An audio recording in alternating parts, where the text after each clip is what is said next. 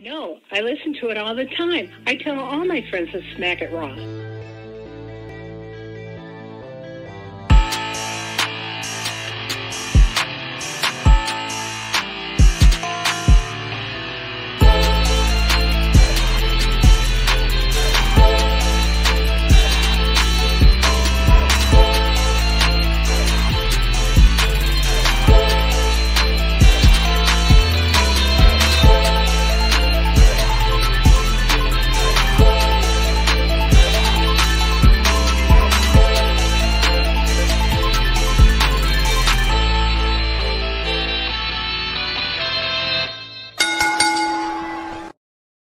Following podcast contains mature content. The views and opinions expressed by the host are not necessarily those of the host. Listener discretion is advised.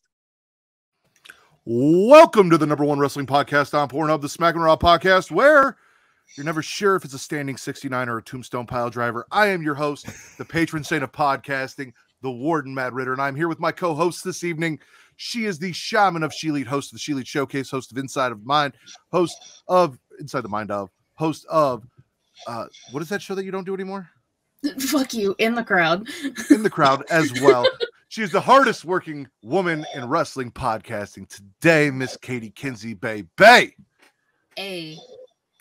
And I am so confident that something is about to happen that I am going to, during the show, not like right now, but like something is going to happen during the show, that I am willing to give someone, one of you two, a point if it doesn't happen. That's how confident I am that it's going to happen. Oh man! Before we do he is my co-host. He is my friend. He is the Sultan of Spitter Swallow. He is Daddy Delgado. Vince, how you doing? I'm doing well, man. Thanks for having me back on the show. I don't know why I answered that as a guest and not a co-host. What's up, man? What's up, Matt? Not much, man. I'm doing good. Glad to be back. And Vince does not get the point. So, what's the point? Before I started this episode, I told Vince, you book the guests, you get to introduce them. Yeah, but I introduced you. Yes, and then we paused, and you did not introduce the guests. So, ladies and gentlemen, from the Wednesday Night Wallop Podcast AEW Recap aficionados, we have Rylan and Kyle. Good evening. It's good to be here, guys. Yeah. I'm glad to have you guys on here. Honestly, Matt, this has actually been a long time coming. I've been trying to get both the guys from Wednesday Night Wallet to do a show. I went back all the way back in my Smack Raw days, and we finally got it to do it on the A+ show, Smackin Raw podcast, making their Pornhub debut. I've been a guest on this show so many times. We've done the quiz show. We've done like recaps, everything. Like I've done Ryland sports show. So like this is a blast. This is a treat. I'm giddy like a schoolgirl, guys. Glad to have you guys. I'm glad I'm not the only one. I'm glad that you made this happen because it's nice having fresh new faces on the podcast to come do what we do here. And what do we do here? For anyone who's a Wednesday Night Wallop fan who is like, what the fuck is this Pornhub podcast and why are they here? We spit or swallow the week in wrestling. So the way the show works is I will run down news and rumors, and then after that, I'm going to go around the room this week specifically to Rylan, Kyle, Vince, and then Katie, and I will ask them a very specific question, spit or swallow, and they will tell me either swallow something they liked and something that they liked from the week in wrestling that they watched, or spit something they didn't like. And we'll just keep going around until either everyone runs out or I decide that, the show's going on too long and I end it. So, whichever comes first. News and rumors. Let's get into it. Vince, can you put the news and rumors thing up? Yes. Go ahead, man. There you go. Okay. Apparently, Brad Maddox has been married for 15 years. And if you do the math, something in his life happened that there was video evidence of that you would not think a married man would do or have out on the internet. Now, I will say this. As a sex-positive podcast, we are on Pornhub, so on and so forth. I understand that there are open relationships. I understand that there are swingers and all sorts of things that could be going on. I just did not expect to read that Brad Maddox had been married for 15 years and had 2 children, and then go back and do the math and realize all the other stuff that he did during that time. Yeah. I'm not gonna touch that. I'll let y'all. Yeah. Nobody wants to touch Brad Maddox tonight? No, we're not never. No. My man Brad Maddox is permanent couch bound right now. Probably. Also, Teddy Long got hacked and then blocked and then made a t-shirt. Or hacked and then blocked a bunch of people and then made a t-shirt to commemorate this occasion and make himself trending for a little while. So shout out to Teddy for that. And I was one of the few people that did not get blocked. Anyone else here not get blocked? I didn't. get blocked. Rylan, Kyle, did you guys even check? No. I checked. No, we're small fries right now. So Yeah. we'll get there eventually. I will get blocked. Why the fuck am I the only one that got blocked then? I mean, what did I even do? Okay, Vince, Have you when you ever made fun of a tag match? have you ever made fun of a tag match or going one-on-one with the Undertaker? No, I've never. I've been proponents of tag matches and undertaking. I got All right, listen, Vince, I have a specific question for you because I have a feeling this is going to come up later. When you talked to Young Kings Wrestling's TC and you asked him if he would be all right with us using sound bites so that we weren't kind of copying what they do over there because they're good friends of ours. We're very close. Yeah. Did you tell them that you were going to use sound bites from their fucking show? Well, this is the only one I got. This is the only one I got as far as I know. There's one soundbite that they let me borrow. They just let me borrow one specific soundbite, so I got a blessing. Well, technically, I'm upset is theirs. So if they didn't let you borrow it, you stole that one. So I guess you can say there. I'm upset. So it fits. They're gonna fight I had you. nothing to do with this Rican TC. I apologize ahead of time. If it's No, an that's issue, all Vince. if it's an issue, I won't include that one going forward. Anyway, Carry on. in sadder news, we found out today that Antonio Inoki passed away. So shout out to the family of Antonio Inoki. Also, New Japan and everyone else that's wrestled and worked with him. He's a WWE Hall of Famer. It's very sad news. So Very. It's but I'm glad that they addressed it on SmackDown. So that was nice to see. Like they worked fast to like create that banner thing, which I'm sure it shouldn't take too long, but still, it's nice to see. Word legend doesn't even describe. Yeah, no kidding. yeah. All right, ladies and gentlemen, let's get into the meat and potatoes of the show. Okay, well, Rylan, let's kick it off. Spit or swallow?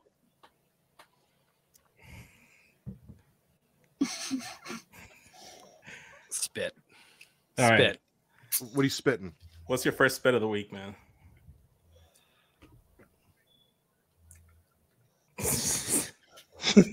You sounded so confident that you were like, I've got something. It's hard. The whole Soraya promo. Okay. All right. It was rough. It was really Speaking really of Brad rough. Maddox. Yeah. I have a feeling that was gonna come back. No, it was rough. I was super excited to see her come back. I was home in Winnipeg to see it with Kyle. We popped huge. It was great, but it was not what you want to see on that first promo back. I think anyway. And it just felt like a really awkward segment. I'm happy they got time. That was awesome. But even on commentary, it felt spit worthy. that's. Oh, go ahead, Katie. I was gonna say that's very true. I mean, putting all your women in one segment kind of fucking sucks, but it did lead to, I think it was like a 20-30 minute match between Deeb and Tony, which I will take. Yeah, I thought it was like more like 12 minutes.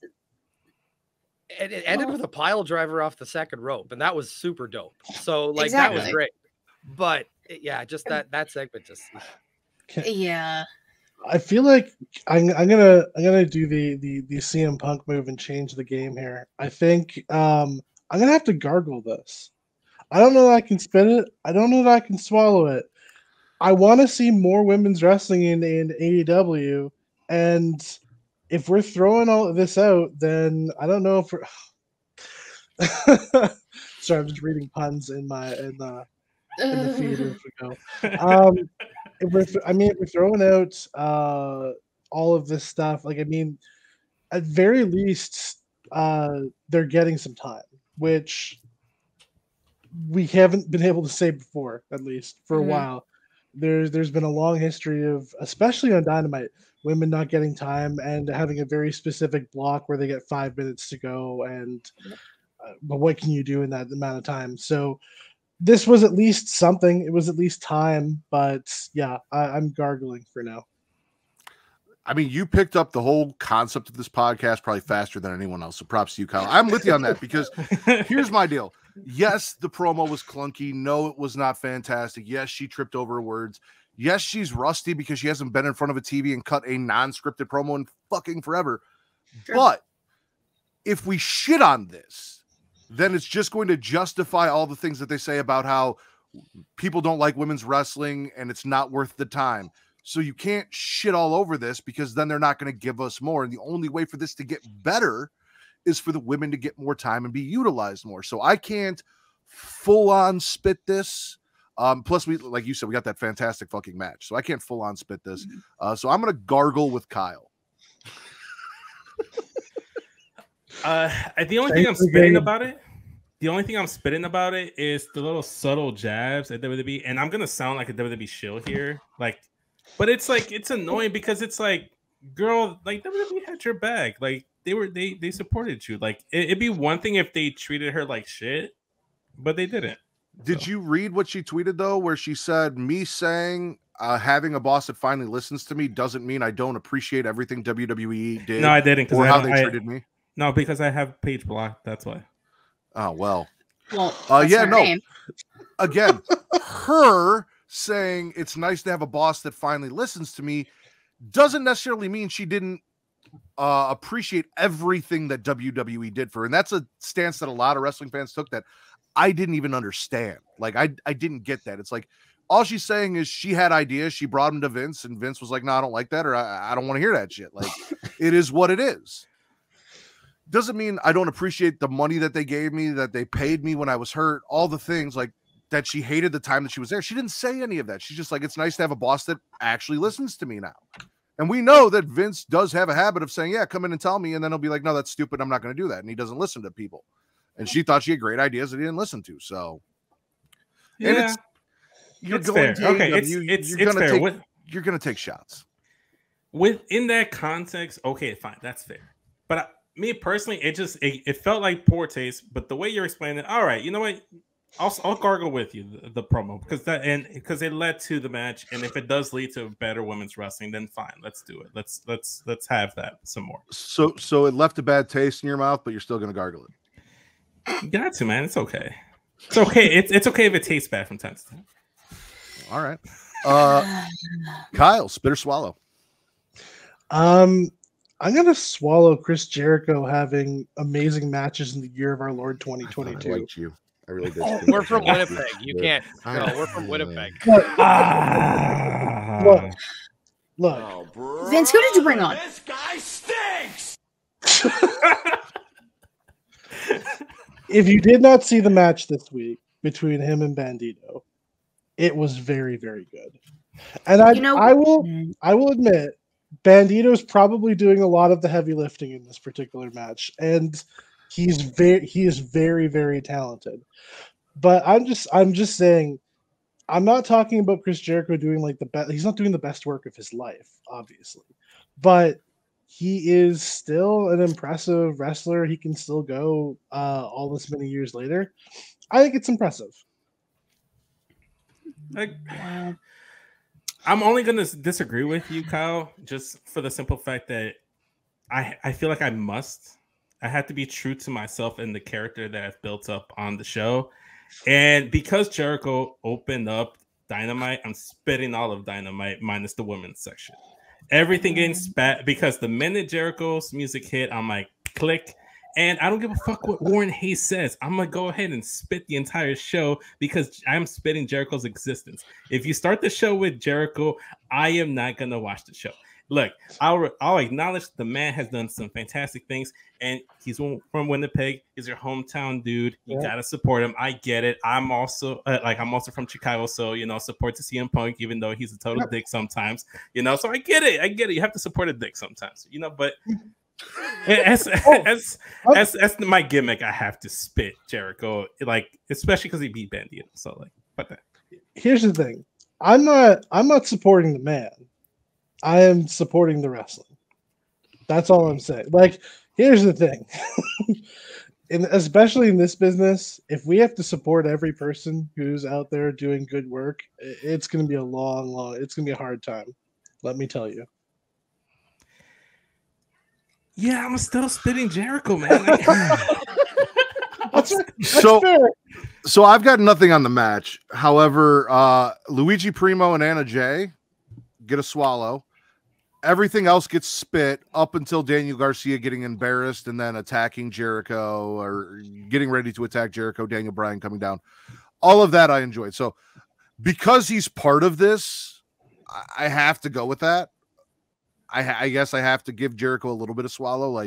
He is helping get Daniel Garcia over and pushing him forward. And hopefully Garcia is the one that beats him for the Ring of Honor title. So I will give him at least that little bit of credit. But that's about as far as I can go. That's fair. He gets nothing. He gets nothing. Not a damn thing. I fucking can't stand Chris Jericho taking up all this goddamn TV time with him and the Jagoffs. Big shout out to Anna Jay and Tay Mello for looking beautiful in those suits, though, because goddamn, they're rocking better than everyone else there. What? I was going to say, for those of you who don't know, Jagoff stands for Jericho Appreciative. What was it? Group of Fine Fellows. Yes. Okay. Jericho's Appreciative Group of Fine Fellows. Yeah. We should put that on a t-shirt. Also, shout out to Ty for seeing a box of pizza and being like, I'm having some pizza. That would literally, if I had to deal with Chris Jericho, I would just be eating pizza the whole time. I wouldn't even want to be there. I can't. I really can't. My co-host who is in the chat loves Chris Jericho. I cannot stand him. She is being forceful. There's no consent. I do not consent to swallowing Jericho. And she's like, you're gonna swallow Jericho and you're gonna like it. That doesn't sound okay. Katie, you need to get Savannah in check because that's not okay. That's not healthy behavior. First of all, she's grown. She can do whatever the fuck she wants. And we're not on my show. So no, you're gonna swallow Jericho, and you're gonna like it. Apparently, Vince. No, fuck all that. Shout out to Jesus, Savannah, Bakley, Allison, and Travis, who may have left. Everyone in the chat tonight. We appreciate you. And if Tim doesn't show up, he's on my shit. He's on my list. So Bakley, let him know. He said he was going to be here. He better fucking be here. Vince, spit or swallow. Okay, I think the biggest swallow of the whole week is the return of the Poison Pixie, Candice LeRae, showing up on Monday Night Raw, having a match with Nikki ASH, Jesus. Fumbling over my words, I'm so flustered at the fact that I saw Candice LeRae back on wrestling. And if you saw after the match, Nikki Cross looked like she took off her mask. She was defeated, I think that could lead to something where it could have her become her next character or something, or a mixture of Nikki Cross or a dialed down version of it. So I liked what that implied, what that led for Nikki. And then she also had a conversation with Bayley, which that's a dream match of mine. Bayley versus Candice LeRae. So just seeing her, I love it. That's my biggest swallow of the whole week. I know there's a second one, but I'm saving that for Matt. Yeah, I'm saving that one specifically for Matt. Katie and I talked about this. Both of us saw Poison Pixie on the Titantron music play, but it took a minute for our brains to compute as to what the fuck was actually going on. I was so shook. I malfunctioned. Our brains. So I was like, there's no shot. There's no fucking way Candice is here. Oh my god, it's Candice LeRae. I lost my mind. I love women's wrestling and I love Candice. So the fact that she's back and she's more than likely going to be on Team Bianca for War Games, and that means we can possibly get crazy Nikki Cross back to join Damage Control, so that way it's 4-4. It works out perfectly for everybody. I like that. Katie, this is why I always bring you on Straight Talk to do fantasy booking shows. Like, I'm a fucking genius, I know. You're an evil genius. I love it. I like it because I feel like Candice can replace Bianca, because if they still gonna do brand versus brand, which they never said they weren't going to do. Okay, look, they're probably good. It would make the most sense though. Like, that's the women's feud you have right now that has multiple women involved. Now. Yes, but right you're now. not gonna have. Do you see the time? They're not gonna have enough fucking time to do this. A good War Games match and try and build other people. No. Survivor Series. That's in November. They got 2 months. They've done. They've done have more with 1 less month. time. It is October here. They have 1 month. But I no, still got 20 minutes until it's October. This makes the most sense. You have Io, Dakota. Well, Dakota wasn't really in the War Games. She kind of just fucked up Tegan Nox. But Io, Candice in War Games. Fuck, bring Rhea in too. Rhea and Candice were on the first winning team for War Games, and have Rhea be the fourth for Damage Control. So having people with experience. It'll probably be Nikki Cross with the way things are going. I'm thinking Nikki will be number 4 for them. Yeah, I'm thinking that. I agree with that. But my idea is like you can still do Bianca versus Liv or Bianca versus Ronda, depending on how that goes to Extreme Rules, and then have Candice be the one, because like Bayley's going to challenge for the title, but obviously she's not going to win it. They could pivot very quickly and subtly to Candice versus Bayley, and then have Bayley like go back to Bianca later down the line, similarly to what they did with Seth and Bobby Lashley last week, where it was just a quick pivot, but then they went right back to he who shall not be named. And I'm not talking about Dexter Lumis. But yeah, I don't know. It's just a thought. It's just a thought. I just still want to I still want to get champion versus champion, you know, as much as I can. That Roman versus Roman match is gonna be fire. It's just gonna be him and match will be great. No. It's just gonna be Roman in the middle of the ring, just jerking himself off, and then like that's gonna be himself. That's all that's gonna happen. There you go. Damn it. What? Who the fuck do you think you are? Do you see what he is? This man is drunk with power. I'm not drunk with power. What are you talking about? It seemed like you were doing something, so I'm like, let me help pivot the show. Well, yeah, because you talk a lot, so I thought I had a second. Katie, spit or swallow? I'm going, since we kind of brought her up, I'm going to swallow Io versus Bianca. Because, bro, great match. We've seen it before, I think, in some aspect in NXT, but these are two of the best women on the roster, point blank, period, and slapped. It did everything it needed to do. It's continuing this basically blood feud at this point between the three of them and Bianca, Bliss, Asuka, and Damage Control. That's all I need. Women wrestling and taking up as much time as they fucking want. Oh yeah. Fantastic. Like, didn't Damage Control get like 3 or 4 separate segments, individual segments throughout Raw, and then also showed up on SmackDown? Like, they're everywhere. They're the bloodline of the women's division. Well, they're the female Shield, so that too. They're just a dominant faction. I like it. Mm-hmm. Yeah. Shout out to factions. Shout out to factions. That's something you never say, Kyle. I'm the faction guy. Wait, are you trying to say that Ron's not a faction guy? No, he knows full well I am. No, he knows full well I am. We have this argument every time we play 2K together. All right, I've got 40 factions. 40 factions. All the factions. Just give me all the factions. So you're AEW. Yeah, very much so. Makes sense. Okay. It makes sense. It makes sense. It all makes sense. And back to Rylan. Spit or swallow, sir? I'm it's gonna be more Chris Jericho, but I really loved that opening segment.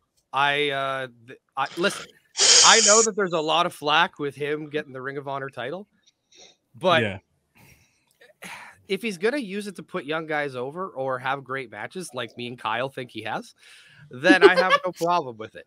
The show itself doesn't have a TV deal.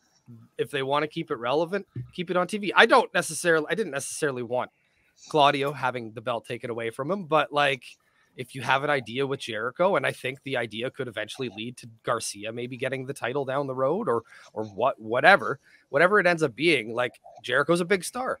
And I'm not just saying that because I'm from his hometown, and I again, you are. I don't. It's a little bit of that. It's a little bit of that.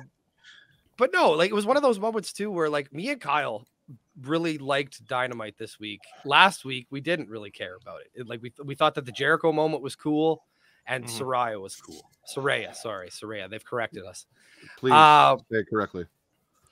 Saraya. But other than that, we pretty much shit on the show. But Jericho is always going to be something, or at least right now. I don't know. I think he's having a really great year. And this is just kind of like the culmination of it for me. I'm excited for him and Danielson in Toronto. I think that's going to be a hot crowd. So I'm going to swallow that opening segment with Chris Jericho and the match. I'll take it all. So what I do, and this is kind of how I knew that Vince was going to fuck up the intro and not introduce you guys, is on my way home, I practice all of the intros that I do, right? And while I'm doing that, I'm listening to podcasts, and I was actually listening to your guys' latest podcast, which dropped today, which everyone should go check out, where you talked about how you guys, didn't really like most of the show and all of that. But yeah, absolutely go check that out, because I was listening to that. But as I was doing that, I got to the point to where I was doing the introductions, and I paused after I introduced Vince so he could. I'm like, he's not going to fucking do it. I'm going to have to do it. Just watch. It's true. Okay, the way that it processed in my head was, he's introducing me, and I was like, Vince, why don't you introduce our guest? I don't know. I thought you were gonna throw what's weird to me though? An alley-oop or something. Like, not to get off subject. You know what's weird to me though? Like, yes, you wait to get prompted to introduce people after I say you've got to introduce them. Yet for whatever reason, you don't wait to get prompted to just tell Katie to move on with the show when you're not hosting. I don't listen. I don't answer to him. I guess you could say I got a little overly excited is all. That's all. That's all it is, guys. Okay.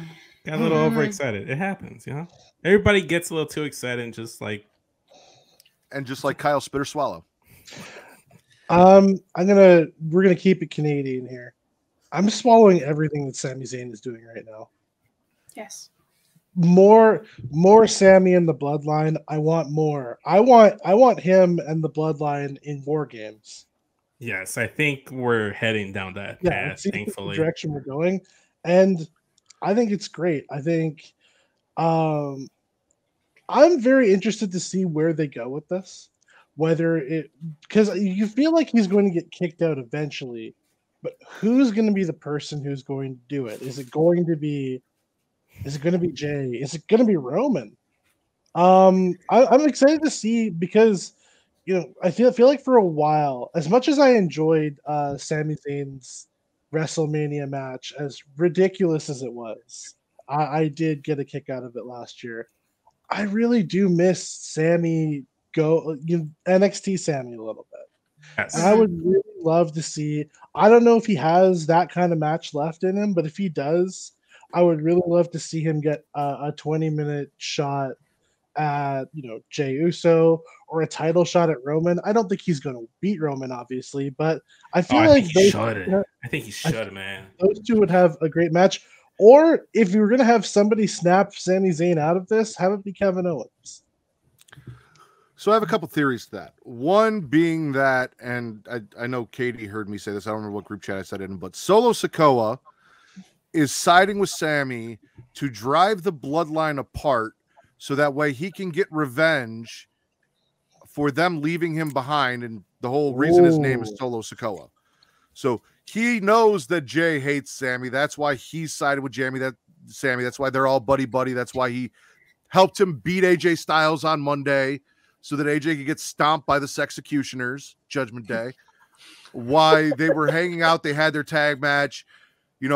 Also, I'm swallowing everything that happened between Jay and Sammy tonight on SmackDown backstage. That was all fantastic. So that is one theory. The other theory is we saw a little interaction tonight between KO and Sammy Maybe this is some crazy, evil Canadian scheme that they've cooked up where Sammy's infiltrating the bloodline so that KO can get his shot that he said he wanted at Roman, or that they can take down the Usos and take the tag team titles off them. I don't know if there's a bad idea in that collection. I don't hate it, but I'm not like, I'm not into the idea of like that being Solo. I just want Sammy to like get like that Kofi Daniel Bryan moment, and then eventually like maybe Jace should be the one to like leave first, since he was the first one to join, and he's the one that with the resentment with the whole Sammy stuff. I have no idea what you're talking about. Listen, his name is Solo Sikoa. His whole story was he's the street champ who got left behind and left out of bloodline. Then they brought him up. It makes perfect sense, and I've been saying this. If anyone should be the one to go up from that bloodline and challenge Roman, it should be Solo. Secondly, if Sammy wins anything, it's not going to be against Roman. He's not beating Roman for that championship, as much as I love Sammy. However, Sammy and KO taking out the Usos and KO getting that tag team championship that he wanted would be fantastic. And also, just imagine the pure shock in everyone's face when you realize that this whole time, Sammy has been the one trying to drive the bloodline apart and cause problems. And it's not that he's getting kicked out, but he's turning on them when everyone expects him to get kicked out.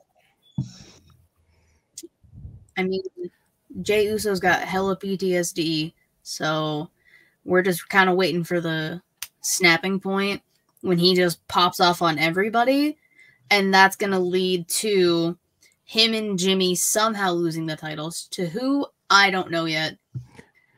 But it's going to lead to that.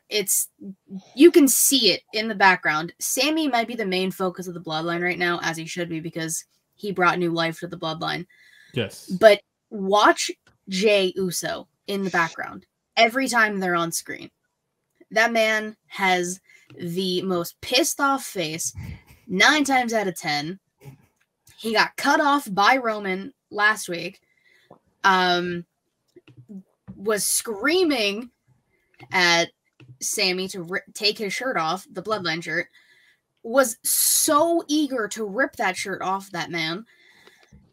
And maybe he just wanted to, like, I think he just really wanted to see Sammy take his shirt off. Is all. No, the fervor with which Jey strips Sammy is the fervor with which Jesus is going to strip you when he comes back to Chicago. Because the only person I ever want to see someone stripped more than Jey wanted to see Sammy stripped to that shirt is Jesus in the chat. Yeah, Jesus every week. Wait, actually, this is the first time this week. This is why I'm proud. See, this is what you call prompting, Vince. See, I say it, and then he'll be in the chat talking about it. That's how interaction with the crowd works. Leading. Keep hanging out here. I'll teach you things. I got you. I was just about to say, sure you were. Vince, spit or swallow. Speaking of Sami Zayn, let's go back to Monday Night Raw and the fantastic match that I thought he had with AJ Styles. I thought they had a really good match. Sami Zayn still goes in the ring, Kyle. Like you were saying, like I think he can still perform fantastically. It's just that with this heel role that he isn't now, he's more kind of like a chicken shit heel. And if you just like let him be a little bit more dominant or resilient, like he was with NXT or his initial call up with WWE, we forget like he had a banger of a match with John Cena, banger after banger. Like that's who Sami Zayn is, But that's who Sheamus is. Wrong redhead. I think it might be a redhead thing. That's why Katie always drops like fantastic episodes. Isn't Katie a redhead too? No. That's such a turn. You met her in person. My hair is dark red. Yes, I'm not a right ginger. Now. Exactly. What is your natural hair color? My natural hair color is brown. Yes, you're a brunette. Yeah, so she's a but she's a redhead now. Like she's a redhead now. Calling you technically a redhead would be like saying Eva Marie's a redhead. Like Eva Marie's not a redhead. She is. That's not how that works. Technically. Why'd you bring up Eva Marie though, man? Come on, that's uncalled for. Because that was the first person with like really fucking red hair that popped into my mind. That's not real. Yeah. I don't hate gingers, Bakley. Bakley is one. And Bakley does drop banger after banger. So shout out to Bakley. And I don't hate gingers.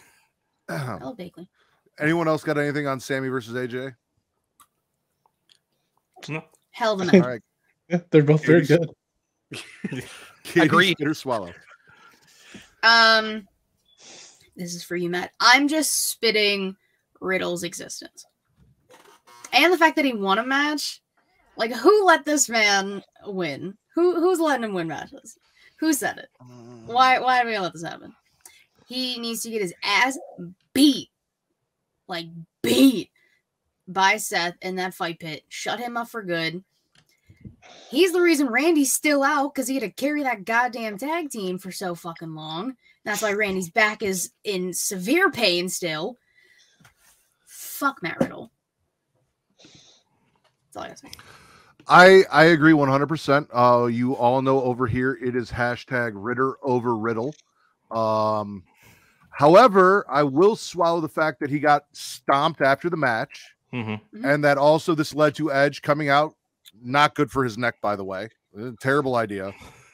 Listen, your neck is one move away from just being completely destroyed, and the curse of Riddle is real, bro. Like, do not throw your lot in with him.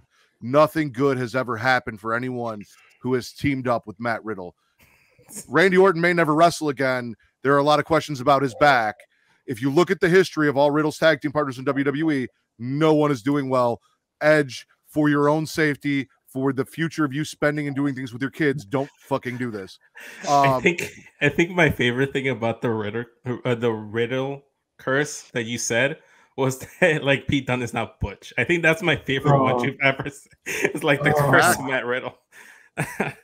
You were gonna say something else though, Matt? Like I'm also swallowing the fact that because of this, we got Edge versus Finn at Extreme Rules. Yeah. So I guess Bobby Lashley needs to steer clear. Like he's doing the wrong thing then, right? Because like you're talking about Edge, Bobby Lashley did the same exact thing this week. So that is also another spit and related to is them bonding. However, Bobby did kind of tell Riddle, we're not cool like that, but go do your thing, because I also don't like Seth. So, which, like, dang it, Bobby, that's exactly what we don't want. We don't want Bobby. We don't want Bobby. That's the one thing we don't want. Don't interact with the Riddle, man. That's the one thing. One thing. You had one job. Other than that, you're doing great. You're doing great, dude. Katie, what were you gonna say before Hank Hill? I don't know. Vince's fucking soundboard threw me off. I don't know. All right. Back to Ryland, spit or swallow. I'm gonna swallow all this this White Rabbit stuff. The last few weeks of just following it has been so much fun. Like it makes you pay attention to the small things in wrestling, and that's wrestling fans. I mean, like I mean, I can't speak for everyone, but myself, and I know, and I'm sure I can speak for Kyle. We love Easter eggs. We love shit to look for like that, and it's like it leads you to do a different direction every week. And I mean, hopefully, it's going to end next Saturday at Extreme Rules, because now I'm getting to the point where I'm like, I gotta know. I gotta know. I saw a thread online this week that somebody said it was going to be Edge, and I was just like, "Don't do that to us, please. Don't do that to us," because Vince would have done that to us. If it's Edge, that might be the equivalent of Rey Mysterio coming out at number 30 instead of Daniel Bryan. Yeah, thankfully it's not. Thankfully he returned and challenged Finn, which I mean I'll swallow that too. That's I'm excited for that. An I Quit match, sure, take my money. Like I never thought that I'd say that I was going to watch Extreme Rules this 6 months ago. If you would have asked me if I would be watching Extreme Rules, I'd be probably saying no. And I'm excited for this show next week. So yeah. Mm-hmm. Consider my juices titillated. Stop that. The White Rabbit stuff is probably the most entertaining thing in WWE right now, because it is something you have to look for, and it is going to be Bray Wyatt. If it's not, then that is the biggest wasted opportunity ever. But Matt tweeted it. I want the White Rabbit to appear on Halloween. Ooh. Halloween is on Monday. That's some good shit right there. That I like. That's all Matt's doing. I'm just reiterating it for him. They said that we might get the reveal of who it is at Extreme Rules, but he might not actually be there. I think if Bray is it and he shows up, it should 100% be on the Halloween edition of Raw. However, as a giant Bray Wyatt fan, if you can't tell from me hugging the figure and just everything behind me, I don't want to get my hopes up and be disappointed, so I'm going to stick with a theory we came up last week that it's B Rabbit. I still love that theory. From 8 Mile. So yeah, that's a great theory. I love that one. I hope it's that one, actually. In character, in gimmick. I'm getting ready for a mom spaghetti match.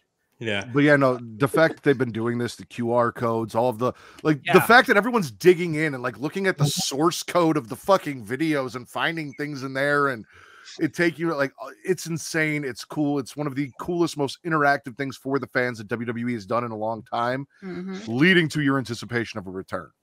Hell yeah. I concur. Kyle, spit or swallow? I feel bad about this one because this is something I've been swallowing for a while, but I think it's turned sour on me. Dexter Lumis, you got to do something. I am at the point now, for as a person who is really enjoying, who's enjoyed this return. I think they've played it perfectly. I think having the initial reveal on Raw was fantastic. I've always been a fan of the character because I do think, especially his feud with the Undisputed Era when it was really popping, just having Roderick Strong and guys like seeing ghosts and stuff, it was really, really fun. And I feel like the idea of him toying with the Miz has been fantastic, but I'm at the point where we need to go somewhere. I might be impatient, but I'm ready for something to happen.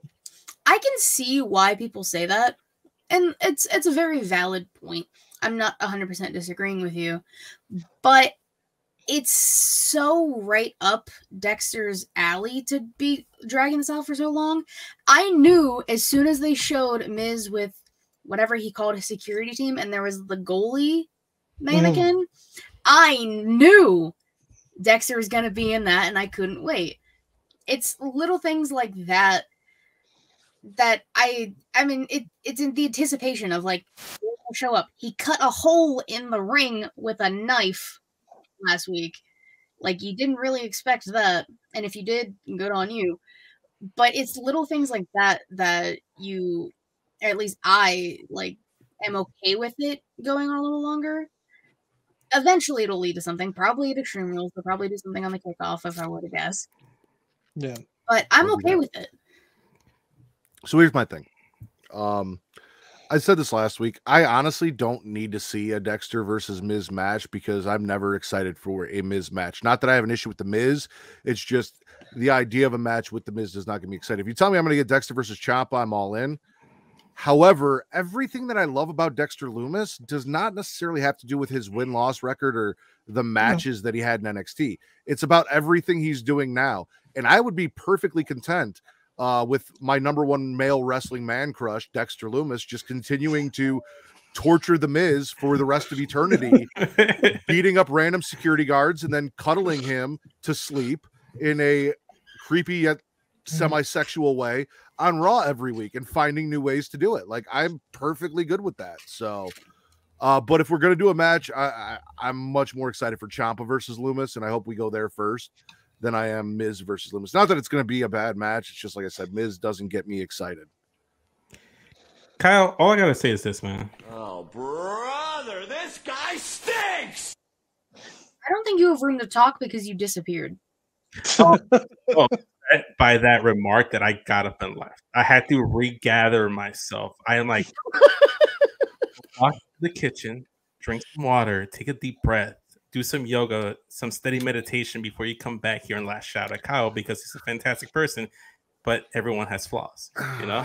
The only match I want to see Miz versus Dexter Lumis in is not a Trick or Street fight. I actually hope Trick or Street fights never come back because that is a terrible Vince McMahon gimmick, and I don't ever need to see the pumpkins and the bullshit. However, if we do what they did with Dexter Lumis and Cameron Grimes in his House of Horrors in a cinematic match, yes, that I could be for. I need his bendy, creepy, ghoulish zombie sisters writhing all over the Miz and Maurice getting mad and talking about his tiny balls and saying that he's cheating. I need him to go through the house like Carmelo Hayes and Trick did, just being terrified. I need all of that. And Savannah, Vince leaves every episode at least once, if not twice. We used to say it was to get a blowjob, but now I think he's just, masturbating furiously and then coming back. Yeah. Well, we're talking about Dexter Lumis. It's only natural that one might do such a thing.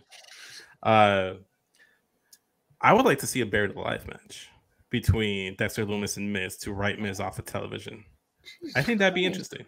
I actually wouldn't be upset with a buried alive match with Dexter Lumis either. Like, that took such a turn. But it's got to be a gimmick match. It can't just be a straight up one-on-one. Oh, well, it's got to be obviously buried alive, casket, ambulance, something where Dexter locks. Ooh, Inferno. I like Inferno. Oh, wow! I really just shouted something out. Well, thank you. Here's a question for you that I do want to ask though, because I'm sort of curious about it myself. I go back and forth on it. Do you want to see him and Indy Hartwell paired up again? Yes, only if Indy. I said from the jump after Dexter kidnapped Miz, I wanted Indy to kidnap Maurice because I thought that would have been cool. Yeah, but so if you bring her up and have her be with Dexter, I want her to be like Dexter. I don't want it. That's fair. I don't want her to be because like she doesn't really have a character right now. As well, especially right now. Not on TV right now, yeah. Exactly. Yeah. Like she's not doing anything. So see, I was gonna say it'd be cool. Go ahead, Katie. I'm sorry. No, I think it would be interesting only if it's in like that capacity. Yeah. What I was gonna say is yes, but only in the backstage passing sort of thing. Like I don't need this to be an in-ring unless you do the Miz and Maurice. And you could do an intergender buried alive match, which would be interesting. It would be a first or something along those lines. But as far as like an on-screen couple in ring doing things, I don't really need that. Occasional segments backstage and stuff like that, like we got in NXT, that I'd be okay with. Vince, I think it's on you. Spit or swallow. Oh shit, it's on me. Where? I'm swallowing everything involving Judgment Day this week because like they were great. Finn still like being persistent, like consent is key, Finn, but like it sounded like he was gonna force AJ to like accept Judgment Day's offer one way or another. And I kind of like Finn being this aggressive, even though I don't condone the actions, but I like an aggressive Finn Balor. And if rumors are to be believed that he's gonna get a more of a push towards the upper card, I'm all for this. Plus, Rhea Ripley, Dominic Mysterio, Damian Priest, everything this week, Judgment Day, they're starting to feel more and more serious, and they're starting to be taken more seriously by me. So I'm loving everything Judgment Day. Swallowing all of them. They're all beautiful people. Okay. Katie, spit or swallow? Unless you want to talk about, how Dom and your hands have things in common. Well, it's not just my hands. It's me, too. Yes, but specifically you say that these hands are bisexual and everyone can get them. And some of the things that we've learned from Rhea is that if Dom wants mommy, he gets mommy. If he wants poppy, he gets poppy. And much like your hands, he likes to be all over Rhea Ripley. So what I would give. What kidney do I have to sell? Is there a person who wouldn't? Find me someone. Besides Rhea, because that's a given. Everything. Panda Express. So Johnny Gargano and Kevin Owens. Them as a tag team, my favorite. Them on SmackDown with Drew, where Johnny looked like a very small child compared to Drew McIntyre, which threw me off so much. I was like, there's no way Johnny's that small. And lo and behold, he's that tiny. But I love everything about this. Kevin and Johnny go way back to PWG. They've wanted to tag together for so long. That's how they kind of did like the Panda Express thing. And with Drew, I missed the first hour of SmackDown. So like, I don't really know how that all came about, but I'm happy with what I got because that's a great team. And you also like throw Chad Gable in the mix. Yes, Matt? Fuck Austin Theory. That's how that came about. Oh, okay. That's fair. Fair point. But then you throw Chad Gable in the mix. Otis is there too, but Chad Gable is a gem in the ring, on the mic. Everything Chad Gable is doing is just helping elevate all of this. Everything KO, Johnny, Theory, but like nobody gives a fuck about Theory. But like, so as much as I'm swallowing Johnny and KO, everything this week, very special swallow to Chad Gable for being modern day Kurt Angle. The way he answered Braun Strowman on Austin Theory's phone on Monday was hilarious. He's like, shush, please. Like, he was scared. He was still dropping the catchphrase. Yeah, I'm with you, Katie. KO and Sammy are fantastic. That match on Monday, that tag match, fan-fucking-tastic. I loved it. Everything was great about it. The chants were chanting KO, like, but in the Ole, Sami Zayn, El Generico style, like, chant. Everything was great. I love this team. KO. Yeah. Love it. I always thought, and this is me getting into like a minor fantasy booking thing. I feel like it was a missed opportunity not to get Chad Gable and Drew Gulak to work together. I feel like they have the same like dorky energy and the same technical prowess. I would like to see them work together in some capacity. I'm not sure what. We get a PowerPoint presentation? I'd be fine with that. A PowerPoint presentation. You know what? He can be a teacher in the Alpha Academy, and his speciality is PowerPoint. There you go. Like, it all works. It actually becomes an academy because they already got Austin Theory. He's like that jock star athlete that doesn't actually go to class. Fuck off. Correct. But I'm trying to build the academy, Katie. That's all I'm trying to do. I'm all about education. Chase U versus Alpha Academy. Book it. Which school is better? If Andre Chase came up to the main roster, what would you say happened on his first night? He debuted. I thought you were all about education, Vince, because we've taught you that it's not debuted. That's not how you pronounce it. Yeah, it's That's debuted. not how it's pronounced. I'm pretty sure it's debuted. I'm like 99. Would you like to ask your friends? I've never heard the word debuted before. Thank you. It's okay. It's okay. Everyone learns eventually. Is that a Chicago thing, or is that? It's not a Chicago. It's just a Vince thing. It's not. I can tell you that as someone who's in Chicago right now, it is not a Chicago thing. It's literally just a Vince thing, and we don't know why. It's fair. All right, Rylan, spit or swallow. I'm swallowing Max Dupree leaving behind the male models. I always liked LA Knight. I thought it was don't get me wrong. He's not a youthful guy, and he's probably not going to be world champion. I get that. But these utility guys in the mid card, like him and Robert Roode, they're necessary. And I like a guy like that to be, especially, and again, LA Knight's a fun character. Like, this guy can talk. His in-ring stuff, depending upon who he's in there with, can be really good. And I really liked his stuff in Impact. He was world champion over there. So like, I'm for him leaving this kind of silly Vince McMahon stable behind and hopefully getting back to being, this kind of like flashy, cool, loud guy. I'm swallowing all that. And doing it exactly the way you said it, because when he took out Mansois during their pose, right before they beat the record of the longest pose in Canada or whatever the fuck they were talking about, he said, maybe this was never really for me. Yeah. So that all of the hints that they've dropped in the weeks leading up to this, and then him finally being like, yeah, no, this is bullshit and I should have never been doing this, but not like straight up saying that, was fucking fantastic. I'm with you on that. It was just the slow build of us finally getting LA Knight back.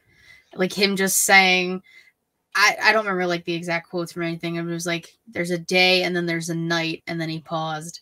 And then when they were in LA, he said something about being back in LA, and then he paused. It's just little shit like they've been doing like that every week, and him getting pissed off with Maximum Models and his sister and everything like that. And then we got the tonight. Oh, I'm so excited. I love LA Knight. So I'm excited for that as well, but I'm gonna give some flowers to maximum male models, man. Like they kept that pose. Like it's stupid. I'm not supposed to like it, but god damn it, do I enjoy everything. There is no fucking way they stood there the whole time. I was gonna say, you don't actually believe that they kept that pose the entire show. There's no way. You gotta suspend your disbelief. No. It's all about suspension of disbelief. You have to believe in kayfabe. If we don't believe in kayfabe, it's just madness. Madness, I see. Let me have my hopes and dreams, goddammit. Let me believe what I want to believe. No. Oh, Kyle, spit or swallow? It's swallowing Imperium. My angry Euro boys are back, and they're better than ever. Yes. I'm fully here for it. The symphonic music has returned. Well, like maybe like 10 seconds. The first 10 seconds of it, maybe. That's still fine. It's just a remix. Yeah, that's fine. We knew they were going to remix it anyway, but you know what? It's good to see. It's good to see them together again. I want to see. I guess if he's going to be Gunther, whatever, I want to see him push to the moon. Yeah.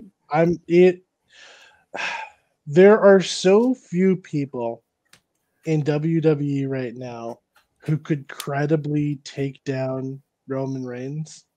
And if you want to build somebody up as a potential one to do it, he's not a bad one to do it.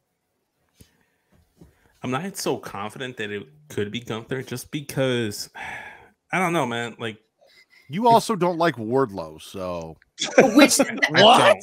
I don't. Thank you. Listen, I don't like Wardlow's world, but Wardlow's cool as fuck. No, we had an entire fight with Vince last week because we wanted to name the show War Joe Fucks Hard, and he wouldn't make the thumbnail because he didn't want to put over Wardlow. I was just being difficult. Like you are always being difficult. You exist difficult. I know, but that's part of my charm. Do you know how hard he tried to convince me not to have Katie on the show this week? Oh, very hard. Are you fucking kidding me? He was text messaging me. He's like, so since we're having both members of Wednesday Night Wallop on, maybe it should just be us and not her. And I'm like, I told you I'm not benching Katie. And he goes, but do you really want to do a 5-man show? I'm like, I'm going to make it work. Don't worry. I got this. I'll make it work. He goes, I'm just saying, if she doesn't show up, I can go to SmackDown and I don't lose the race for Pornhub Pop. Like, yeah, no, the entire time in my text messages, just all trying to get you off the show this week. Oh, I was. It's the way 100%. I should have beat your ass when I was in Chicago. Shoulda, woulda, coulda, but didn't. Bet. You want me to come back? Go ahead. You ain't gonna do shit. This is a cinematic. This is the cinematic match that we need. You're watching the slow burn of my heel turn on the show. When Katie was in Chicago, she was in the chat while we were doing a show, and I begged her. Someone said they'd get her an Uber to go to Vince's house, break down the door, and super kick Vince in the middle of our show. It would have been the greatest moment in wrestling podcast history. So throughout that day, I slowly was getting a headache, and it turned into a migraine because I didn't take care of it fast enough. So I literally was watching their show like in a hoodie, like zipped. I was in no mood to even leave my hotel room, let alone go beat Vince's ass like I should have.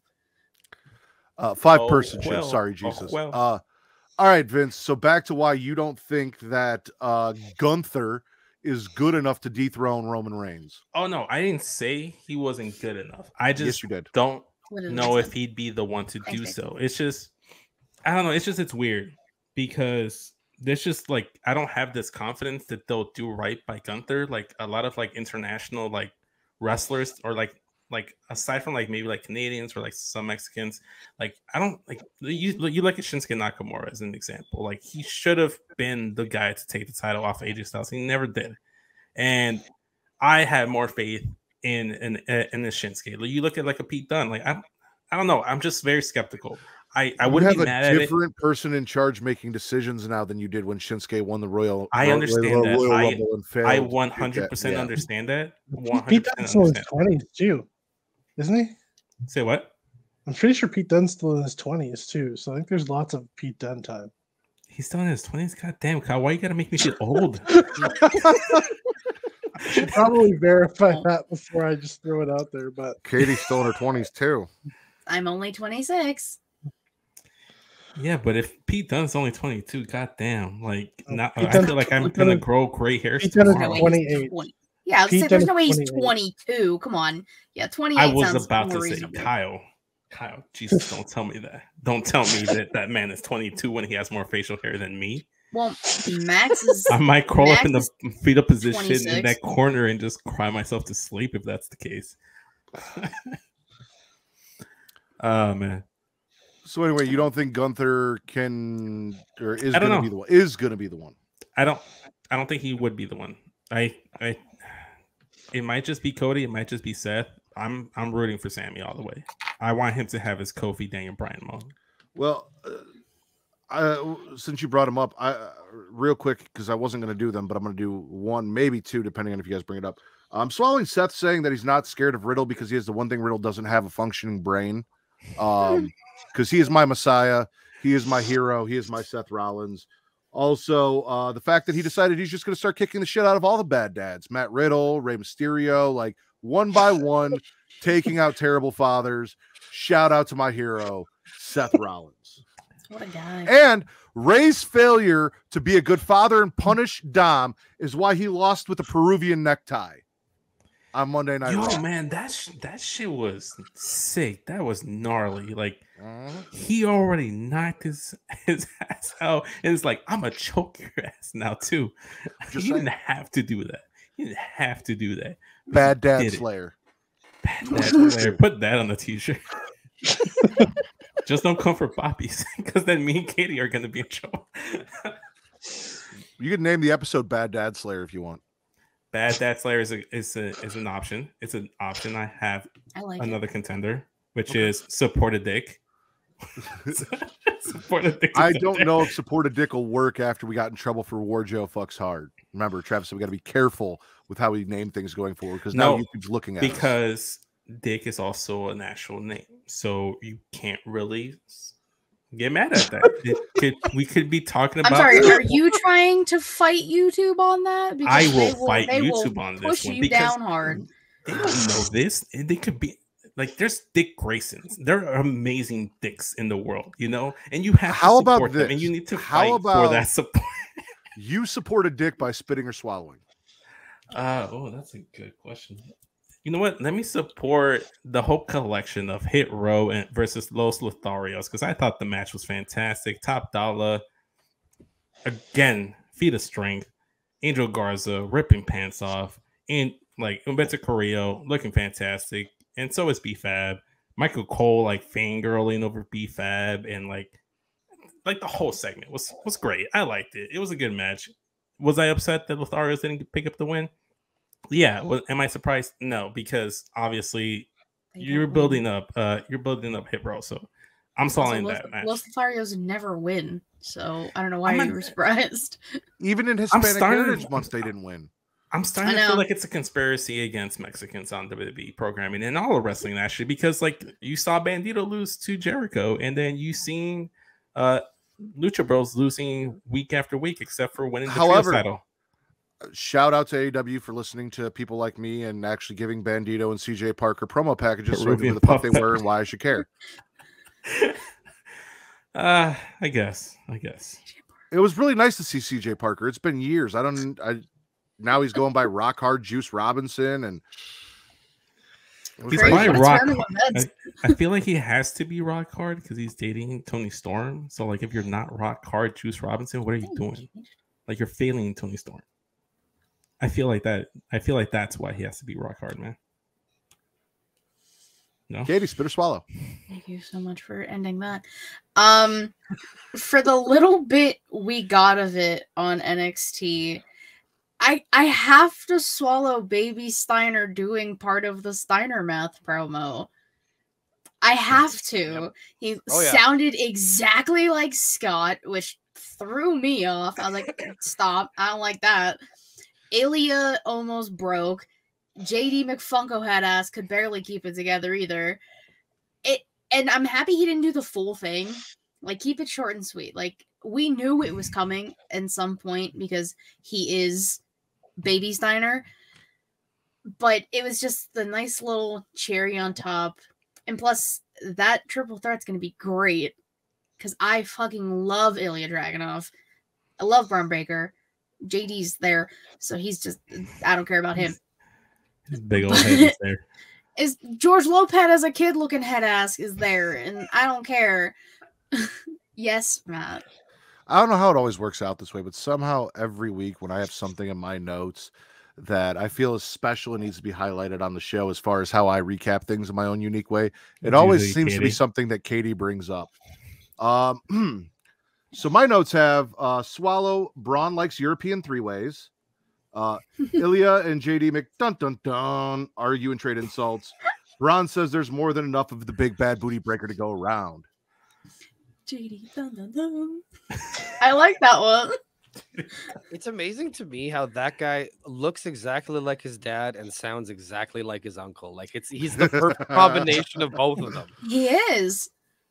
He's great. I'm loving his run in NXT, but like I really want him to come up. Like I really want him to come up and just fuck shit up on the main roster. Just take out everybody, drop everybody on their head. He's probably going to soon. He might drop the title. I don't know to who at Halloween Havoc. That would be a good way to bring him up after that, or keep him there until whatever the fuck their next one is. I really want Metal to be the one to take the title off of him. So I kind of want to wait until after Halloween Havoc and he doesn't win the ladder match for the North American title, and then he can transition to the main NXT title, and he's the one that finally beats Braun. Since we didn't get Solo to beat Braun for the NXT title, I want it to be Metal. I also feel like European three-way should be a contender for the title of this episode. European three-way. Okay. Let's write these down because these are good. Yeah, I don't know why you've never written these down. Well, usually these are in the comment section, and then I just like favorite them and highlight them. That's not necessarily true. While that is going on, Ryland, spit or swallow. Oh, unless you had more, Katie. Did you have more? Because your thing was Braun, which is Braun. Yeah. Because you look very confused, like I was skipping you. I was. Not gonna lie. Yeah, no, didn't. Ryland, I know you wouldn't. I know you wouldn't. Keith Lee doing very little, but making it very impactful on Dynamite this week. You had the backstage promo with the Acclaimed, and they're wild with Billy Gunn, scissoring left, right, and center. And Keith Lee comes in with his hoodie up and just basically says, "Yeah, me and Swerve are pissed because Billy Gunn helped you guys out, and you got carried." And he basically said, "We're coming." And I don't want to see that tag team split at all. At all. I love Keith Lee. I'd love to see him be a single star. Same with Swerve. But man, Keith Lee is a heel ever since the pay-per-view. Take all my money. I love it. He's so good at it. So why? I almost kind of feel like if the Acclaimed weren't in the position that they were in, being over, it wouldn't have been the time to take the titles off them either. They were doing just fine. I enjoyed them as a team.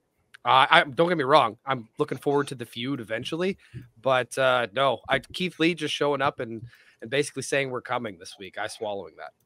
I do also swallow the fact that Keith Lee announced that he is coming.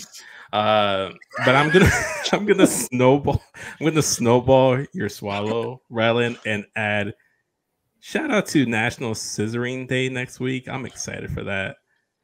I'm excited for next week, Wednesday. I haven't gotten the shirt, but I might. I don't know that I have ever had a bigger 180 on any wrestler or group than I have with the Acclaimed. I was so against everything they were doing early on. And they won me over. It took a while, but I guess I can't deny at this point. It was the scissoring. Everyone can win you over with a good scissoring. How is it that Billy Gunn is over in 2022?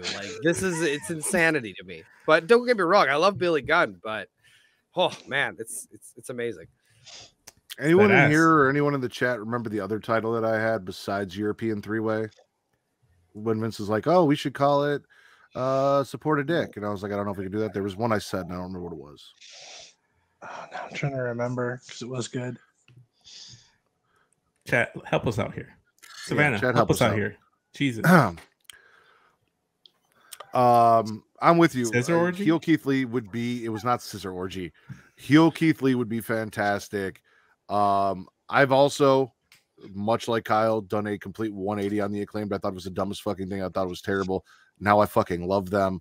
I want to scissor everyone that I see. I'd scissor Anthony Bowens. I'd scissor Daddy Ass. Everyone but Vince gets scissored. So I am with both of you on both of those points. Anyone else got anything on that before I go to Kyle? That was Kyle's. No, that was Bad Dad Slayer. Bakley said it. Bad Dad Slayer. Yes, Bad Dad Slayer. Thank you, Bakley. Thank you, Bakley. Well, see, I hadn't gone to Kyle, so I wasn't going to count that as Kyle's, because that's how the show works. Is I say spit or swallow, and then someone spits or swallows Vince, and everything else is just part of the conversation that we're having until I move on to the next guest. I don't know how we've been doing this. We are on episode 263, and you haven't figured out the format yet.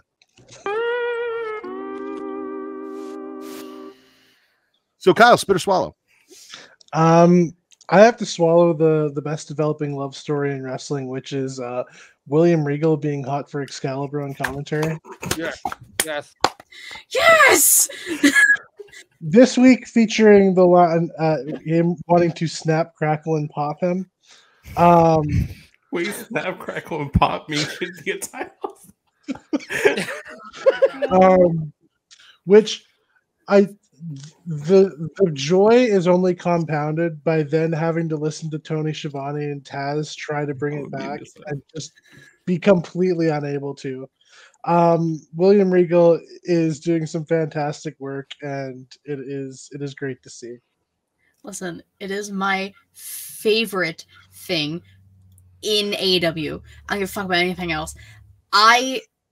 William Regal thirsting over Excalibur, Man with the Mask, it gives me so much happiness. When he didn't do it for 2 weeks, I was like, is William okay? Like, is someone check on him? Does he have a fever? He's not flirting with Excalibur. I'm scared. It's that Rice Krispie line. He said you can snap, crackle, and pop me any way you want, and called him sweetheart at the end too. I was like, where is this energy? All men have this energy for your partner in any Vince, capacity. you can snap, crackle, and pop me anytime you want. But I can't scissor you. Yeah, call him Sweetheart. There you go. But I can't scissor you. No, that's too far. Don't But it's everything he has said. He said something about, I shit you not, being a mouthful later on in the night, but it was during the commercial break, so only people who don't get the commercial break saw it. But I saw it on Twitter and I busted out laughing because it's just so innocent-ish and pure and happy. Like the love between them. Like fuck off, don't give me a face.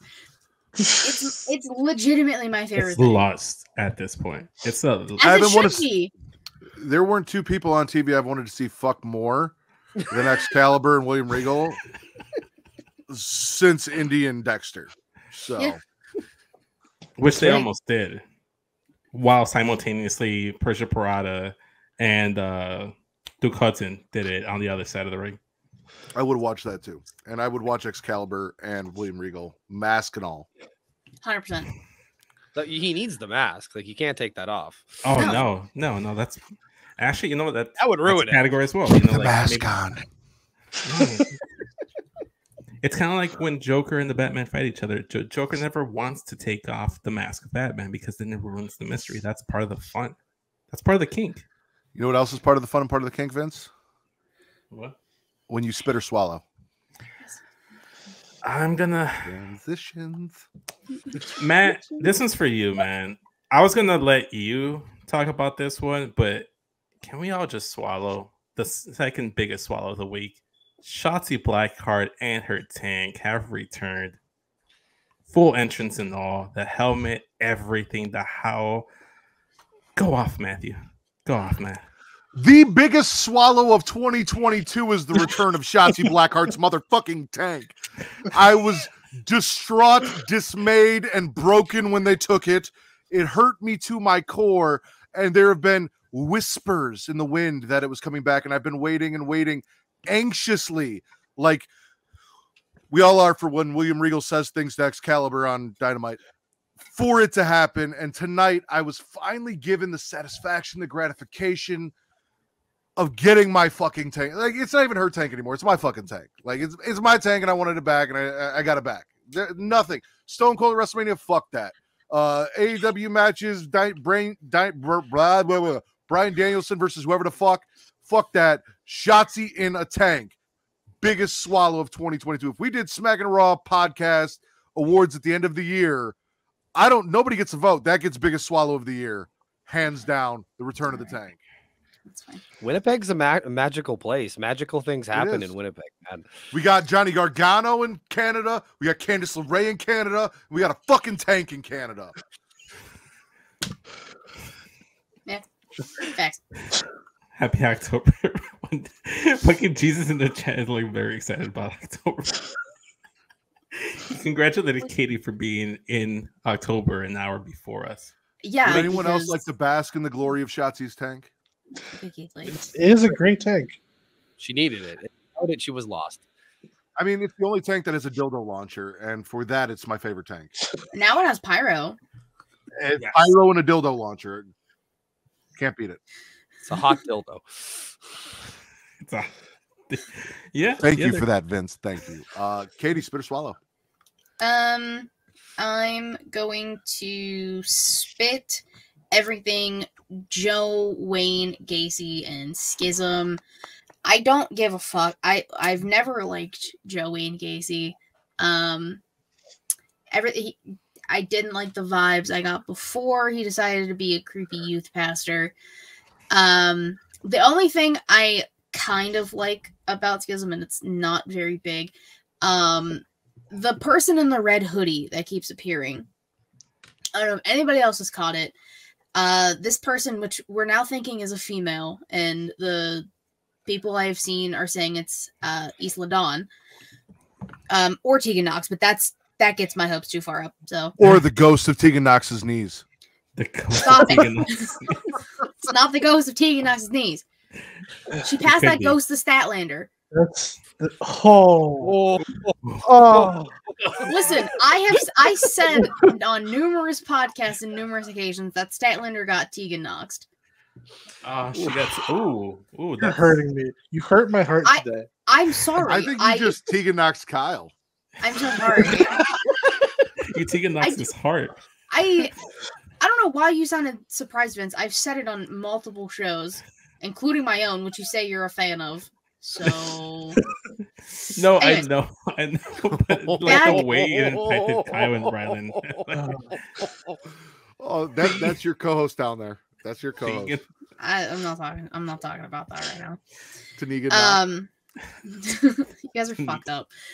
But anyways, the red hoodie, like they're wearing like a mask, so you can't tell who it is. There's just like a creepy smile painted on it. They've been in the crowd every time Schism's in the ring, which I missed on the this past in week. The crowd?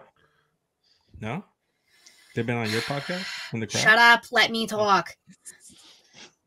But it's just subtle little things with this red hoodie. I don't know. Maybe at Halloween Havoc, if Schism and whatever Joey and Gacy, if they have something for Halloween Havoc, then maybe this red hoodie will announce themselves or show their face, and then we can get something cool out of it. Hopefully, I don't really have my hopes that high, but if it's another female, fuck yeah, let's go. Add more women to the roster because NXT's got a damn good roster of women right now. I concur. I agree. Also, real quick tack on before we go to Rylan. I have decided, because I am with you, except I was a fan of Joe Wayne Gacy. I was a fan. I wanted him to host Halloween Havoc. I wanted him to be outside in an unmarked van. I wanted Harlan, before he went and did stupid shit in AEW, to kidnap people and drag them into Joe Wayne Gacy's van. That because Schism has ruined this whole thing for me, I'm dropping the Wayne from his name. He is no longer Joe. He's just Joe Gacy, like they call him. He's not Joe Wayne Gacy anymore because he's not that creepy serial killer stalker guy. Now he's just a youth pastor, and I'm not feeling it. So he has lost the privilege of being called Joe Wayne Gacy. You know how hard it's going to be for me to like not call him that though. I'll remind you. Thank you. Also, Vince, I sent you a timestamp because I forgot to tell you, and I'm going to tell you like 3 weeks ago that I need you to just like pick something in the show and then keep a timestamp of something that Travis can cut out and post as like a YouTube clip, which is really actually hard because you guys have been fantastic. The chat has been fantastic, and this has been a fun-ass, funny-ass show. So picking something is going to be really hard. We might have to pick a few. So thank you, Wednesday Night Wallop, Katie, Vince, and the chat for making this such a fun night. Support a dick, man. That's all you got to do. Shut up. Ryland, spit or swallow. I'm gonna swallow the Moxley and Rock Hard Juice Robinson match this week. I enjoyed it. I enjoy Moxley, and I those guys have history, so they know how to work each other. I mean, like, you didn't need to bleed, but whatever. Like, that's Moxley. That's what he does. He bleeds when it's unnecessary all the time. But no, I like these two, and it. I mean, like, I'm also going to swallow the report that looks like Juice Robinson might have a job. It's always nice to see, like him be able to work with his wife. Like, I would like to see those two do like a couple's gimmick, like, because Toni Storm's fine, but like I think her and Juice together as this like evil power couple would be fun. Like Triple H, Steph, early 2000s kind of shit. I don't think he's that rock hard, but not the way I thought you were taking that. Okay, I appreciate it. I love how Wednesday Night Wallop has like really like warmed up to like the essence and the spirit of the show. You love to see it. To be fair, going back and watching early 2000s stuff gets me rock hard still. So shout out to early 2000s stuff. Whoa, same. Crazy. No, I'm with you. I am not a New Japan fan. Surprise to everyone, I will actually be doing an episode of Brainbuster Boys this Sunday where I have to talk about 3 New Japan matches that I actually had to go watch. So if you want to hear me talk about New Japan and review New Japan, there you go. You can go check out the Brainbuster Boys when the episode drops. 3 matches that I will give you my opinion on. I'm going to save all of that for there, so no spoilers. However, so I knew that Juice Robinson was over there. I hear things. I hear everything. I'm vaguely aware. So I knew like he was Juice Robinson. He wasn't CJ Parker anymore, even though I decided to keep calling him CJ Parker because that's how I know him. But yeah, no, like it was a good match. It was a surprisingly good match. And I agree that they could be a fun group. And I need to see more from him to see how I feel about. Yeah, see, I need more. Promo. So to really get a gauge on him, however, what you talked about, pairing them together, all of that is enticing. You give me a little more, and I may be on the rock hard train.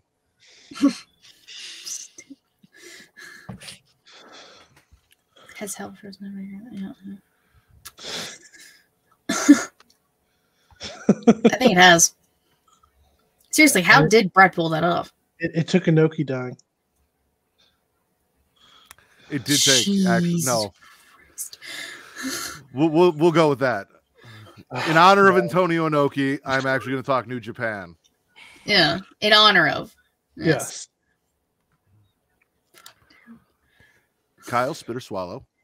This is a little moment in a match, but I do have to swallow.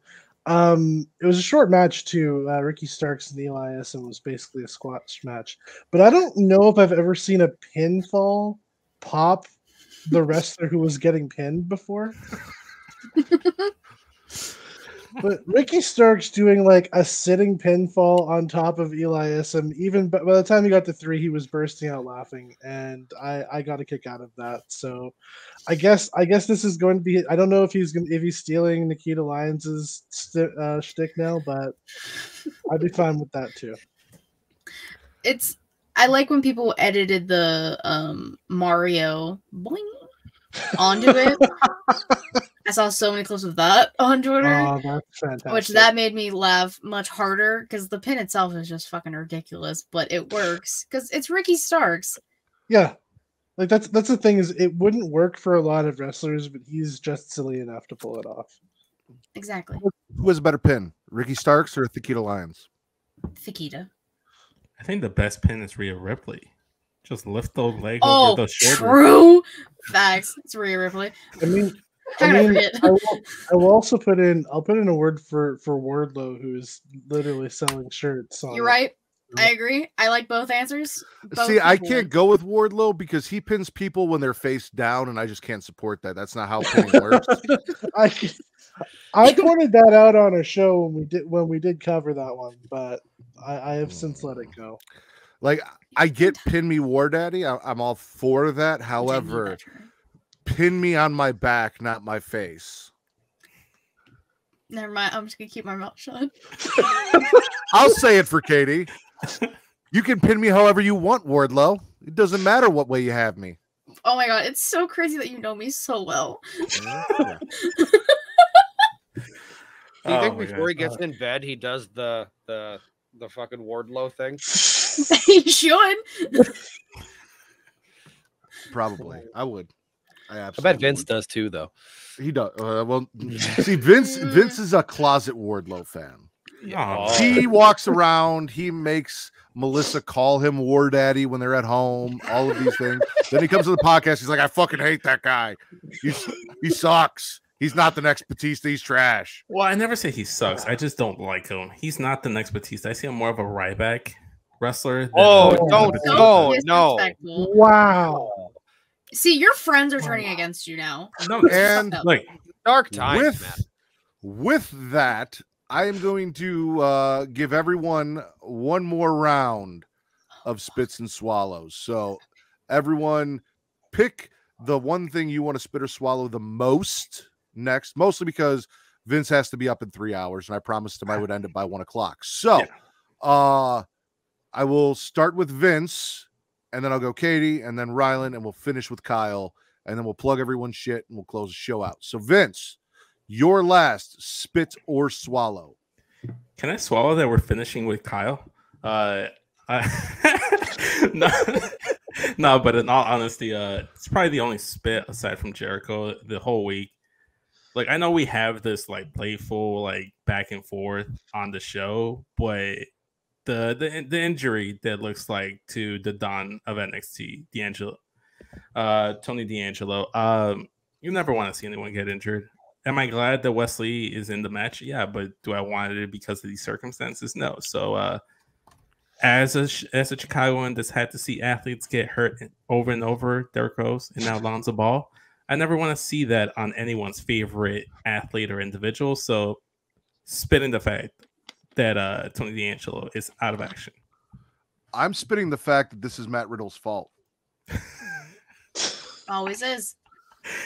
Do tell, Matt. The curse of Riddle is real, and as we know, Matt's shitty kids, MSK, are byproducts of the curse of Riddle. And now the curse of Riddle has spread to Wesley being unsafe and injuring my Don, my hero of NXT, taking him out of action. And that is a huge spit for me. As a fellow Italian from Chicago, there is no one in NXT I support more than Tony D'Angelo. And Wesley going out there and causing this injury because of the curse of Riddle is a huge spit. Yeah, like you never like seeing the ref throw up the X because that's when you know like shit's like not good. And obviously, like they recorded last week and this week together in the same day. So the fact that like this news has been out for a while, but seeing it kind of just like jolts you a little bit. Because it looked like it was his knee, and knee injuries fucking suck. Oh my god, Tony also got Tegan Noxed. Fuck. Tony got Tegan Damn Noxed. it! I'd say he was a casualty of the curse. I wouldn't say it got passed to him, Jesus. Yeah, casualty. That's a good word. Katie, spit or swallow? Fuck. I'm gonna swallow Willow Nightingale versus Jamie Hayter on Rampage. Women. 2 women who are fantastic and very over. The fact that Willow doesn't have an actual contract yet pisses me the fuck off. What is the holdup? Sign her, please. If it doesn't happen next week, Tony Khan, catch the hands. He couldn't afford it because he had to get Saraya. That's some bullshit. Let someone else go.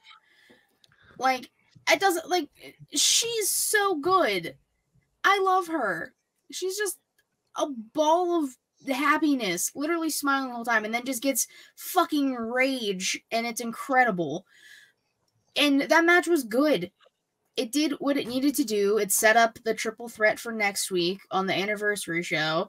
It was such a good match. And Rampage 9 times out of 10 doesn't really do it for me, but like I watch it. I was very much paying attention to that match. Because you heard the crowd, very much equal on both. Jamie Hayter's getting over Britt, as she should. Well, that's also true. He will fuck it up as he does. But I'll do the tagline. I'm gonna let it play out.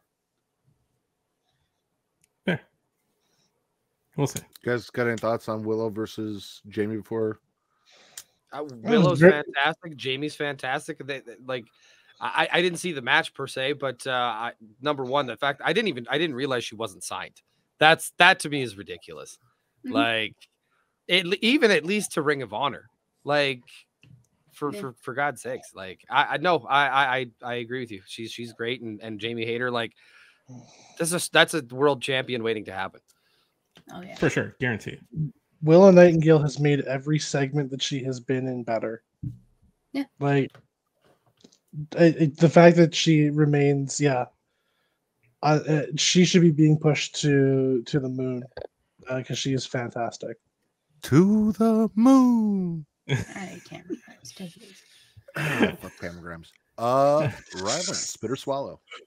I started with a spit and I'll end with a spit. Why the fuck are we doing Private Party going back together with Matt Hardy?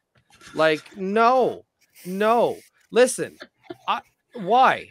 Firstly, who remembered that Andrade still had the contracts of the Butcher and the Blade and Private Party? Because they haven't been linked in a long time, with the exception of like a battle royale that they fucked around in. Like, so all I thought was he was hanging out with Roosh now, and that was that. Now suddenly he still has their contracts, and they're kind of pissed off. And Matt's all like, "I'm clear-headed now. I don't care about the money anymore. I just want to help you." And I'm like, "No, fuck off! Like, let them be Private Party. Private Party's fun." If you're clear-headed and you want to help somebody, go help your brother. Yeah. God damn. What I will say is the only reason that the Butcher and Blade are back on TV is because I said that Allie was the White Rabbit and they're trying to cover it up. Yeah, because where's Allie? Where's Allie been? That's a good question. It's all coming together. Damn it, Matt. He's cracking. Yeah, I don't need Matt Hardy. Like, I am not a Jeff Hardy fan. I've made that very clear. Him and Matt Riddle and Hulk Hogan are the three at the top of my list of people that I just don't fuck with for various reasons. However, so I've always been a Matt Hardy fan over Jeff Hardy, and I know I'm one of like 3 people in the world that feel that way, and I'm okay with that. However, I don't need to see Matt Hardy anymore. If we've talked about the ghosts of Tegan Knox's knees repeatedly, someone needs to finish his knees off because they're on there. He's literally on his last legs. Like he walks around like Great Muta. Like, yeah, exactly. Yeah. Anyone else got anything on Matt Hardy and Private Party? Just don't do it. Don't do it. Mm-hmm. Make smart choices. They don't All want right. to do that over there. Kyle, finish us off. Spit or swallow? It's sort of tagging along with what Rylan was talking about, but I'm going to swallow Private Party getting opportunities again. Yes, keep them away from Hardy. Keep it away from Matt Hardy. That did not work, and I don't think it would work again. But if it, those two in the Acclaimed at the pay-per-view, take my money. That'd be cool to see. It is weird how far they've fallen from like when Dynamite debuted to now. Like they beat the Bucks like second week, didn't they? Yeah. Like, Yeah.